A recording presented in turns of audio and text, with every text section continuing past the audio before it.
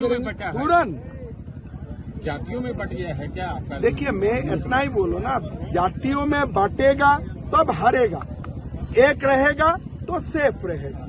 अभी झारखंड का जनता को निर्णय करना है कि हम बांटेगा कि हम एक रहेगा। 43 में क्या है टेली से? देखिए, तेली बटाना आपका काम है, तेली बटाना थोड़े मेरा काम। वोट जिहाद की बात उठा रहे हैं, वोट जिहाद की बात। वो तो सीधा वोट जिहाद है। वो लोग तो 100 में 100 ही कांग्रेस को देगा, 100 में 100 ही ये लोग जेएमएम का देगा। ये तो वोट जिहाद नहीं है तो और क्या है? राहुल जी मीडिया पर ही बरस गए थे पूरा। देखिए, राहुल जी का दिमाग का स्क्रू 2-3 नहीं है, इसीलिए वो बोलते हैं मशीन से जिलाबी बनाओ, आलू से सोना बनाओ। इसका दिमाग में 1-2 स्क्रू नहीं है, लेकिन हिंदू का बांटने वाला स्क्रू बहुत टाइट है कि उनका दिमाग में है। राज तलवार से निरंजन राय ने समर्थन दिया है। निरंजन राय जी ने खोले दिल से बाबूलाल मरांडी जी को समर्थन दिया है। मुख्यमंत्री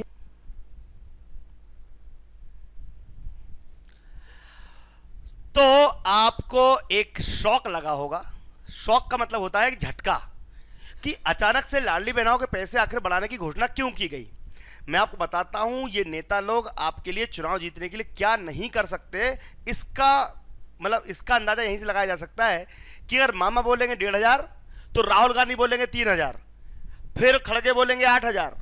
मतलब कुल मिला के ये है कि, और केजरीवाल बोलेंगे मुफ्त बिजली, तो फिर राहुल बोलेंगे मुफ्त सड़क, सफर हो जाएगा आपका, बसें मुफ्त कर देंगे। भैया कुल मिला के मामा हो चाहे भांजे हो चाहे कोई भी राजनीतिक पार्टी हो, अभी लगातार लाडली बहनाओं को और किसानों को लुभाने के लिए आगे आ रही हैं। अब आपको यहाँ पर दिख रहा होगा कि 5 दिसंबर से लाडली बहनाओं के खाते में 21 रुपये आना शुरू हो जाएंगे। अब क्या ये सभी लाडली बहनाओं के खाते में आएंगे या फिर कुछ विशेष लाडली बहनाओं के खाते में आएंगे, तो आपको पूरा वीडियो देखना पड़ेगा। और लाडली बहना के अलावा अभी मध्य प्रदेश की महिलाओं की डिमांड ये है कि तीसरा चरण शुरू करके कम से कम जो लाडली बहनाएं छूट गई हैं उनको इंक्लूड किया जाए। अगर आप लोग सहमत हैं तो वीडियो को शेयर कर दीजिएगा। नई लाडली बहना जितनी छूट गई होंगी उनको भोपाल मार्च में, यानी भोपाल में क्या बोलते हैं, आंदोलन करने जाना है। वो सब हम टच में रहे, हम उनके लिए बताएंगे किस दिन भोपाल में आंदोलन होने वाला है। अभी हम आपको बताना चाहते हैं कि प्रधानमंत्री ने शिवपुरी में भी महिलाओं से ऐसे ऐसे सवाल पूछे कि महिलाओं ने भी गदगद कर दिया मोदी जी को। उन्होंने पूछा कि यार ये बताओ कि गांव में कितने मकान बने प्रधानमंत्री आवास योजना के, तो महिलाओं ने बोले 100 लग गया, यानी कि 100 से ज्यादा मकान एक गांव में बनना बड़ी बात है। तो यहां पर मोदी जी खुश हो गए कि प्रधानमंत्री नरेंद्र मोदी ने बिहार में जुमई में बिरसा मुंडा जयंती कार्यक्रम के दौरान शिवपुरी की ललिता आदिवासी की विद्या आदिवासी के संवाद किया। उन्होंने पूछा कैसी हो विद्या ललिता, तो गांव में कितने आवास बने, तो भैया उन्होंने बोला 100 लग गया, यानी कि गांव में इतने सारे वो बन गए। मध्य प्रदेश में पीएम जनमन हितग्राही हतोदय गांव के विद्या और बूढ़ा निवासी ललिता ही पीएम के संवाद में शामिल हुई, जिनका चयन 15 जनवरी 24 को जनमन आवास कार्यक्रम में पीएम के संवाद में अनुभव के आधार पर हुआ था। तो मध्य प्रदेश से प्रतिनिधि बनने का मौका ललिता विजय को मिला है, ये एक बड़ी बात है। अगर आप देखेंगे कि राजस्व प्रकरणों के निराकरण के लिए विशेष अभियान अब 15 नवंबर से 15 दिसंबर फिर से चलाया जाएगा। इसमें पट्टे देना, नामांतरण करवाना, रजिस्ट्री करवाना, इस प्रकार के राजस्व महाअभियान के तहत विभाग से संबंधित लंबित प्रकरण जो भी है उन्हें निराकृत किया जाएगा। फार्मर रजिस्ट्री शुरू हो जाएगी। गांव में B1 का वाचन होगा। अब आपके गांव में जितनी भी जमीन है उसमें किसके नाम पर कितनी है, कितनी ट्रांसफर होने वाली है, सरकारी जमीन कौन सी है और प्राइवेट जमीन कौन सी है, इसकी नफ्ती की जाएगी। तो इसके बारे में एक विस्तृत जानकारी हमारे चैनल के माध्यम से आपको मिलने वाली है। तो आप लोग चैनल सब्सक्राइब कर लीजिए, क्योंकि अगर आपके पास जमीन है, पट्टे हैं या आपकी निजी जमीन है, तो क्या उसमें कोई सरकारी तो नहीं है या उसमें आपकी निजी तो नहीं है। इन सब पर आपका भू अभिलेखों में त्रुटि सुधार भी किया जाएगा। गलती से सरकारी जमीन तय कर दी गई है तो उस पर सुधार किया जाएगा। एक संकल्प गरीब के लिए बजट में 600 करोड़ रुपए का प्रावधान। प्रदेश में 1.69 करोड़ से अधिक श्रमिकों को इनका लाभ मिल रहा है। संबल योजना के तहत राशि को बढ़ाया जा रहा है। संबल योजना में पहले 4,000 रुपए की राशि मिलती थी, अब प्रतिमाह 6,000 रुपए की राशि की जाएगी। ये बड़ी घोषणा यहां पर की गई है। अंत्येष्टि सहायता योजना, शिक्षा प्रोत्साहन योजना, बकाया बिजली माफ़ी योजना। एक बड़ा दिनों से हमारे किसान भाई टेंशन में थे कि बिजली माफ़ी की जाएगी कि नहीं जाएगी। तो किसान कर्ज माफ़ी या बिजली बिल माफ़ी दोनों ही यहाँ पर की जाने वाली हैं, जिसको लेकर सभी लोग खुश हो रहे हैं। लेकिन हमारे मामा मध्य प्रदेश के अलावा अब उत्तराखंड में अपनी बाजी मतलब पलटाना चाहते हैं। वहाँ पर जो सरकार थी उसको पलटाना चाहते हैं, बीजेपी सरकार लाना चाहते हैं। उसके लिए मोहन यादव मामा ने बड़े बड़े वादे कर दिए। सबसे पहले यानी कि हमारे यहाँ पर मध्य प्रदेश में जिस प्रकार से 1250 रुपये दिए जाते हैं, प्रतिमाह 2000 रुपये देने का वादा कर दिया है। 4 साल 10 महीने ना तो इन्हें भैया की याद आई ना सम्मान की याद आई। अब वोट की बारी आई तो 1000 रुपये के बहनों को अपमानित कर रहे हैं। तो मामा ने कहा कि तुमको 1000 रुपये क्यों, सोरेन सरकार 1000 रुपये क्यों दे रही साहब, उनको कितने देना चाहिए 2000। तो हमारी जो सरकार है मतलब मामा ने वहां 2000 का वादा कर दिया। तो इस पर मध्य प्रदेश की महिलाएं गुस्सा हो गई। उनने कहा मामा तुम यहाँ वादा कर गए थे कि 1000 से लेके बढ़ाएंगे, धीरे धीरे 3000 करेंगे, और तुमने क्या किया, हमको तो मतदार में छोड़ दिया 1250 रुपये देकर, कितने 1250 देकर। और झारखंड में कैसे वादे किए जा रहे हैं, 2000 देंगे। तो 5 तारीख से 2000 रुपये आने का वादा वहां पर मामा ने किया है। देखते हैं 2000 रुपये आते हैं कि नहीं आते हैं। तो आप सुनते हैं मामा का बड़ा बयान। और मेरी बहनों, इसी ने कहा था कि 2000 रुपया महीना चूल्हा खर्चा दूंगा चुनाव के समय 5 साल, 4 साल 10 महीने ना चूल्हा दिया ना खर्चा दिया। और जब चुनाव आए तो हेमंत आ गए, मैया सम्मान 1000 ले लो, 1000 ले लो, 1000 ले लो, 1000 ले लो। 4 साल 10 महीने कहा गया था भाई, 4 साल 10 महीने मैया का सम्मान याद आया क्या? न मैया याद आई न सम्मान याद आया। अब जब वोट की बारी आई तो 1000 ले लो, 1000 टुकड़े डाल रहा है क्या, अपमानित कर रहा है। मेरी बहनों, ये सबसे बड़ी ठगी है। 4 साल 10 महीने क्यों पैसा नहीं दिए, और अगर 5 साल पैसा देते तो एक बहन को मिलते 1,20,000, ये तो 1,18,000 खा गया। और अब एहसान बताने आया कि खटाखट डाल रहा हूं, खटाखट डाल रहा हूं। अब जनता तुझे सटासट हटाएगी, सटासट हटाएगी, सटासट हटाएगी। और मेरी तो आप देखिए यहाँ पर हेमंत सोरेन से लेकर सभी लोग लाडली बहना के पीछे पड़ गए हैं। और अब मामा ने जो बात कही है उसको मामा को मानना पड़ेगा, और मध्य प्रदेश की महिलाओं को भी 2000 रुपये करवाने पड़ेंगे। अगर तुमने झारखंड को दे दिया, ये तो मेरा वादा है, अगर झारखंड में तुमने 2000 रुपये दिए ना तो मध्य प्रदेश की महिलाओं को भी 2000 रुपये दो, राजस्थान की महिलाओं को भी 2000 रुपये दो, और यूपी की महिलाओं को भी 2000 रुपये दो। बोलो सही बात है कि नहीं है? या तो योजना सबके लिए बराबर होनी चाहिए। ये भेदभाव क्यों? जब आप खुद बोलते हो कि लड़का लड़की में भेदभाव नहीं है, तो ये तो लड़की लड़की में भेदभाव हो रहा है यार, गलत बात है। इस चीज को आपको समझना पड़ेगा। अगर इस प्रकार की राजनीति चली, जैसे हेमंत सोरेन ने 1000 रुपये देकर ठग लिया, वहां की महिलाएं भी ठगी ठगी महसूस कर रही हैं, तो हमारे यहाँ की महिलाएं भी वीडियो क्यों नहीं बना रही? हमारे यहाँ की महिलाएं भी क्यों हमको वीडियो नहीं भेज रही? अगर आपको भी लगता है कि आपको पैसे कम मिल रहे हैं, मैं नंबर दे रहा हूं आपको 831, नहीं दे रहा हूं नंबर, नहीं तुम फोन लगाने लगते हो, ठीक है? आप तो वीडियो बना के हमको भेज देना, ठीक है? तो और हम उसको पब्लिश कर देंगे। हो क्या रहा है कि जिस तुम लोग फोन लगाते हो दिक्कत कर देते हो। यहाँ पर एक काम करो, नंबर लिख लो 831-976-5162 पर व्हाट्सएप कर देना कि हमारे पैसे भी बढ़ाओ। हम ये बात आपकी सरकार तक पहुंचाएंगे। हेमंत सोरेन ने 1000 रुपये ढक दिया। आज हमारे बेटे को नौकरी दे देता तो वो 5000 कमाता और पूरा परिवार चल रहा होता। एक लाडली बहना की व्यथा सुनिए। आज हेमंत सोरेन तो हम इनके 1000 रुपया दे के भूल भुलावा कर देलक है। आज हमारे बेटवा अगर 5000 रुपया कमाइतलक तो बाले बच्चे आराम से तेल नून रोटी खैताली। नहीं मिल रहा है, नहीं? क्या करता है? हम लोग का मिल रहा है 1000 रुपया में क्या होना है? बेटा क्या करता है? बेटा क्या करता है? अपना खेती बाड़ी करता है, पढ़ाई लिखाई BA फाइनल है सर। हाँ BA फाइनल किए हैं, हम अपना पसेना गार के किए हैं, समझे? हम लोग इंग्लिश झाड़ते हैं, हम लोग बांग्ला झाड़ते हैं अगर वो पोज में रहते तो। आज हेमंत सोरेन तो एक महिला बेचारी ठगासा महसूस कर रही है, जिसको 1000 रुपये देके, तो हमारे यहाँ की महिलाएं भी ठगासा महसूस कर रही हैं। बोलो सही है कि नहीं है? कमेंट बॉक्स में लिखना। अच्छा, ये वीडियो आप कहाँ से देख रहे हो ये भी मुझे बताना। लेकिन एक तरफ ये चामचड़ी जिसका नाम है प्रियंका गांधी, नरेंद्र मोदी जी, अमित शाह जी को चुनौती देती हूँ कि मंच पर खड़े होकर कह दें कि वो जातिगत जनगणना करवाएंगे, आरक्षण 50% की सीमा को हटा दिया जाएगा, तुम जाति पार्टी में बांटते रहो। इन्होंने बिल्कुल अंग्रेजों का पैटर्न अपनाया है, फूट डालो राज करो। भैया ये बताओ, सब लोग सब लोग एक समान रहना चाहते हैं कि जाति पार्टी बंटना चाहते हैं? बताओ, सब लोग समान रहना चाहते हैं कि जाति पार्टी बंटना चाहते हैं? बताओ, आप लोग बताओ। ये बोलते हैं कि भाई सबकी जाति पूछ पूछ के उनको मतलब अलग अलग करना चाहते हैं। भाई जाति पाति किस काम की? सब बराबर है, जगह हिंदू हिंदू, भाई भाई। देखते हैं प्रियंका गांधी ने क्या कहा। मैं चुनौती देती हूं मोदी जी को, अमित शाह जी को। मैं चुनौती देती हूं कि मंच पे खड़े होकर कह दें कि वो जाति जनगणना करवाएंगे। मंच पर खड़े होकर कह दें कि आरक्षण का जो 50% की जो सीमा है उसको हटा देंगे। मैं चुनौती देती हूं।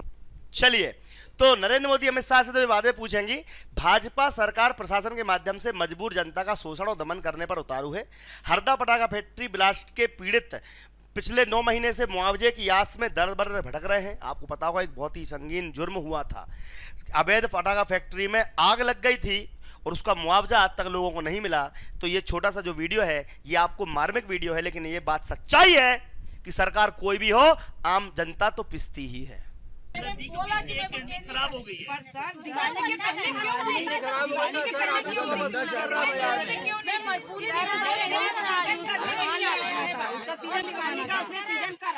सर, यदि आप बोल रहे हो कि किडनी खराब है तो यहां पर आम जनता के अलावा एक ये व्यक्ति, इसका पप्पू ऐसे ही नहीं बोलते हैं, इसको पप्पू बोलने के पीछे रीजन है। ये व्यक्ति कभी भी भारत को बढ़ाने की बात नहीं करेगा, हमेशा ऐसी हरकतें करेगा जिससे भारत हमेशा पीछे आए। ये बताओ, अंबेडकर गांधी जो भी होंगे, भैया आरक्षण की बात तो अभी भी चल रहा तो ठीक है। अभी बोले आरक्षण और बढ़ा दो, आरक्षण और बढ़ा दो। भैया आरक्षण से अच्छी तो योग्यता बढ़ा दो ना। योग्यता बढ़ाओ, पढ़ाओ लिखाओ, सबको समान सम्मान दिलाओ। अब ये क्या करते हैं कि आरक्षण हम 50% 60% कर देंगे, 70% कर देंगे। अरे कौन सा विकसित देश ऐसा है जहां आरक्षण चलता है? अमेरिका, कनाडा, ब्रिटेन बनना तुमको बड़ा देश है, और काम क्या कर रहे हो तुम? जाति में बांट रहे हो, धर्म में बांट रहे हो। और धर्म यही करते, खुद को धर्म तो खुद का पता नहीं है। पिताजी के पिताजी फिरोज गांधी और कौन से फिरोज खान को गांधी, पता नहीं क्या नाम, मतलब ये सब मिक्स वेज टाइप के काम है। तो खुद का तो पता ही नहीं है। इसी चक्कर में देश के बर्बाद करने में तुला हुआ इंसान ये बोल रहा है कि 50% आरक्षण की दीवार को तोड़ दीजिए। जब देखो सरकार नहीं बन रही है तो आरक्षण का सहारा लिया जा रहा है। अरे तुम बात करो कि कितने अच्छे रॉकेट बनेंगे, अरे तुम बात करो कि कितनी अच्छी सड़कें बनेंगी, तुम बात करो कितने अच्छे देश में डेवलपमेंट का काम होगा। आज भी वही मुद्दा, गरीबी। अरे गरीबी हटा दो ना। गरीबों को गरीब को अमीर बनाओ, गरीब को अमीर बनाओ। गरीब को और गरीब बनाया जा रहा है। मनरेगा में 400 रुपया महीना दे रहे थे, भाई 200 रुपया महीना में, 400 रुपये 200-250 रुपये दिन दे रहे थे। भाई 200-250 रुपये तो तुम मजदूर बना रहे हो कि अमीर बनाओगे? इनकी स्कीमें भी वैसे ही थी कि गरीब को गरीब बना देने और आज बेवकूफ बना रहे जनता को कि अडानी अंबानी और ये इनके समय में अडानी नहीं थे, अंबानी इनके समय पे नहीं थे, अरे धीरू भाई अंबानी इनके समय पे ही थे। और आज बेवकूफ बना रहे हैं कि तुमने पैसा दे दिया। भैया तुम्हारे समय पे भी विजय माल्या था, तुम्हारे समय पे भी नीरव मोदी थे। वो तो हाईलाइट अब होगा कि जब समझ में आ गया। तो ये व्यक्ति जो है ना, ये बिल्कुल दोगला व्यक्ति है, सही बताऊं तो। भैया 370 धारा को वापस लाने की बात करते हैं, बाहर जाके देश की बुराई करते हैं। जो व्यक्ति बाहर जाके देश की बुराई करता है वो मुझे खराब लगता है। भाई तुम देश की अच्छी बातें करो ना, अच्छी बातें करो, कोई दिक्कत नहीं है। सुनते हैं इन्होंने आरक्षण के बारे में क्या कहा। मैंने पार्लियामेंट में नरेंद्र मोदी जी से कहा, आप एक काम कीजिए, ये जो दीवार बनी है 50% रिजर्वेशन की, नरेंद्र मोदी जी इसको आप तोड़ दीजिए। विपक्ष आपका पूरा समर्थन करेगा, राहुल गांधी आपका पूरा समर्थन करेगा अगर ये आप ये दीवार तोड़ोगे। नरेंद्र मोदी ने एक शब्द नहीं बोला। उनके सामने मैंने बोला, नरेंद्र मोदी जी, देश को जाति जनगणना की जरूरत है, जाति जनगणना कराइए, पिछड़ों को बताइए उनकी कितनी आबादी है, दलितों को बताइए उनकी कितनी भागीदारी है, आदिवासियों को बताइए उनकी कितनी भागीदारी है। नरेंद्र मोदी जी ने एक शब्द नहीं बोला। तो यहां पर राहुल गांधी कि जब भी वीडियो आते हैं उस पर मीम्स बनना शुरू हो जाते हैं और ऐसे ही बनते रहेंगे। नरेंद्र मोदी ने खुद कहा था विदेश से काला धन लाएंगे, जो कि नहीं लाए, ये बात हम मानते हैं। सबके खाते में 15 लाख रुपए डालूंगा, ये भी कहा था, हम मानते हैं। हर साल 2 करोड़ नौकरी दूंगा, ये भी कहा था, हम मानते हैं। किसानों की आमदनी दोगुनी करूंगा, ये भी हम मानते हैं। अब बात करते हैं कि भाई ये व्यक्ति देखो खुद से तो कुछ हुआ नहीं 50-60 साल में, अब सरकार बदलने, जब सरकार नहीं मिल रही, सत्ता नहीं मिल रही, तो फिर कहां कहां की बातें करेंगे। लेकिन सबसे बड़ी बात है हिंदू एकता। अब आप देखोगे पूरे विश्व में देखा जाए तो 57 ऐसी कंट्रियां जहां पर मुस्लिम बाहुल्य है, कहीं यहूदी हैं, कहीं पर अपने ब्रिटेन, मतलब जहां पर बहुसंख्यक हैं सब लोग, वहां पर उनका लड़ाई झगड़े नहीं होते। हमारे यहां पर क्या हुआ, 1947 में जब विभाजन हुआ तो भैया इन्होंने एक पाकिस्तान मंगा, देखो जैसे घर में बंटवारा हो रहा है, एग्जांपल एक ना, घर में बंटवारा हो रहा तो एक भाई ने पाकिस्तान ले लिया, एक भाई ने हिंदुस्तान ले लिया, एक भाई ने बांग्लादेश ले लिया। अब कुछ लोग यहीं और बस गए, अब वो फिर से, अभी ऐसी हिम्मतें हो जाती हैं इनकी, 15 मिनट दे दो, पुलिस हटा लो, हम ये कर देंगे, 15 मिनट दे दो, हम ये कर देंगे। भैया तुम कल के दिन वक्फ बोर्ड में इतनी जमीन है, हमारा हक है, भाई तुम्हारा हक अभी भी है। बाप दादा पाकिस्तान और बांग्लादेश ले गए और तुम्हारा हक अभी भी है, ये बात समझना पड़ेगी। इसलिए हिंदू एकता को लेकर नरेंद्र मोदी या बीजेपी सरकार जो काम कर रही है, उनमें ये सब बड़े, काला धन तो बाद में भी आ जाएगा, 15 लाख तो बाद में भी डल जाएंगे, लेकिन इन जैसे व्यक्ति जो अगर गलती से सत्ता में आ गए तो पता नहीं तुम्हारा क्या हाल करेंगे। मूवी देख लेना गोधरा कांड, चलिए देखते हैं। इसीलिए मोदी जी को पेट जलन है, जलसी है, और वो कहते हैं ये रेवड़ी दे रहे हैं, क्या क्या की बोलते हैं, रेवड़ी रेवड़ी रेवड़ी दे रहे हैं। और आप क्या दे रहे हैं? आप कहीं भी जाते हो रेवड़ी की बात करते हैं और बोलते हो ये मोदी की गारंटी। अरे तुम्हारी गारंटी कहाँ है? पहले लाओ 15 लाख रुपए, कहाँ रखे वो हमारे? काला धन लाऊंगा सबके जॉब में। तुम्हारे पास आया क्या 15 लाख? 15 लाख डालूंगा, डाल दिए? सच बोलो, डाले? नहीं। हाँ चल मेरे को लिया ना, तो मैं दिखा दे जाता, मैं समझ जाऊंगा। तो यहां पर आप देख सकते हो कि खड़गे लगातार खड़के बयान दे रहे हैं। अभी खटाखट की बात कर रहे थे कि 8,000 रुपये डाल देंगे, 7,000 रुपये डाल देंगे, लेकिन जब इनको पता चला कि ये 8,000 रुपये नहीं डाल पाएंगे, महालक्ष्मी योजना फेल हो जाएगी, तो इन्होंने क्या कर दिया, पैसे घटा के 3,000 रुपये कर दिए। अब आपको बता दूं कि इनकी जो सत्ता आएगी, मान लो तो क्या बोल रहे हैं, हम 3,000 रुपये देंगे प्रति माह महिलाओं को और 4,000 रुपये देंगे बेरोजगारी भत्ता। अब ये 4,000 रुपये जो बेरोजगारी भत्ता वाली बात है, बेरोजगारी वाली भत्ता बात है, बेरोजगारी भत्ता, अब मैं आपको बता दूं ये बेरोजगारी भत्ता वाली जो बात कोई भी कर रहा है ना, ये सब आपको उल्लू बना रहे हैं। जब यहां पर दिग्विजय सिंह की सरकार थी, उसके पहले कांग्रेस की सरकार 10 साल रही, उस समय बेरोजगारी भत्ता मिलता था 2,000 रुपये, 1,000 रुपये के आसपास बात की गई थी। 1 रुपये आज तक किसी ने नहीं दिया, बेरोजगारी भत्ता तो देते ही नहीं है ये लोग। कहां से दोगे पैसा, कहां तुम्हारे पास? ठीक है, चलिए भैया अब यहाँ पर पहले डिंपल यादव का हम एक भाषण सुनेंगे, उसके बाद इन पर एक चर्चा करेंगे, मजेदार चर्चा है डिंपल भाभी की, आप एक बात सुनिएगा। लगता था कि भारतीय जनता पार्टी को हरा नहीं सकते हैं, लेकिन 2024 के जो चुनाव हुए हैं उससे ये बात साबित हो गई है कि समाजवादी पार्टी को हराया जा सकता है। लगता था कि भारतीय जनता पार्टी को हरा, तो डिंपल भाभी ने बोला क्या, उनने बोला कि भैया तू मेरे साइड है कि उनके साइड है। अब डिंपल भाभी ने तो ये बोल दिया कि बीजेपी को हराना मुश्किल ही नहीं, नामुमकिन है। और हो भी क्यों ना, जिस प्रकार से यादव समाज वोट की राजनीति के लिए तुष्टीकरण की राजनीति कर रहा है, वो गलत बात है। एक रहोगे सेफ रहोगे, ये नारा जब से आया है तब से लोग हो गए टेंशन में कि देखो अगर हिंदू हिंदू भाई भाई, जाति पाति की करो विदाई, हिंदू हिंदू भाई भाई, जब से नारा चालू हुआ है तब से इनको पता चल गया है कि अब ये सत्ता में आना मुश्किल पड़ गया है। क्योंकि ये लोग क्या करते हैं, जाति का जन ना करो। भैया भारतीय मुसलमान तो वैसे भी बेकार नहीं है, भारतीय जिन्होंने भारत को चुना था, भारतीय मुसलमान ठीक है, लेकिन रोहिंग्या, बांग्लादेशी, उनके फर्जी आधार कार्ड बना के, उनके फर्जी वोटिंग आईडी बना के उनको वोट बैंक के लिए यूज किया जा रहा है पश्चिम बंगाल में, उत्तराखंड में, शायद आपको पता नहीं होगा।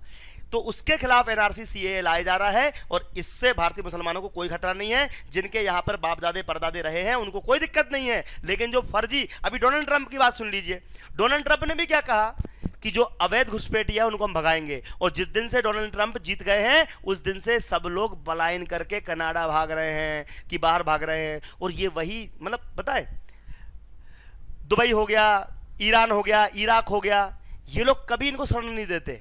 आपको पता है म्यांमार मतलब वर्मा से रोहिंग्या को भगाया गया था तो बांग्लादेश ने मना कर दिया था कि हम नहीं आपके यहाँ रहने देंगे, तो हमारे यहाँ क्यों रहोगे यार? नेपाल ने मना कर दिया हम नहीं रहने देंगे, तो हमारे यहाँ क्यों रहोगे यार? इसका जवाब खोजना, और आप लोग पढ़ाई करते रहिएगा। अगर महिला पर्यवेक्षक वर्ग 2 कुछ भी आपको चाहिए आप पढ़ाई कर सकते हैं, हमारी पूरी टीम लग रही है। जवाहर नवोदय विद्यालय की तैयारी भी आपकी हो रही है, 8वीं और 4थी क्लास की तैयारी हो रही है, 6वीं क्लास की। एप्लीकेशन डाउनलोड कर लीजिए दीप्ति सिंह अकेडमी।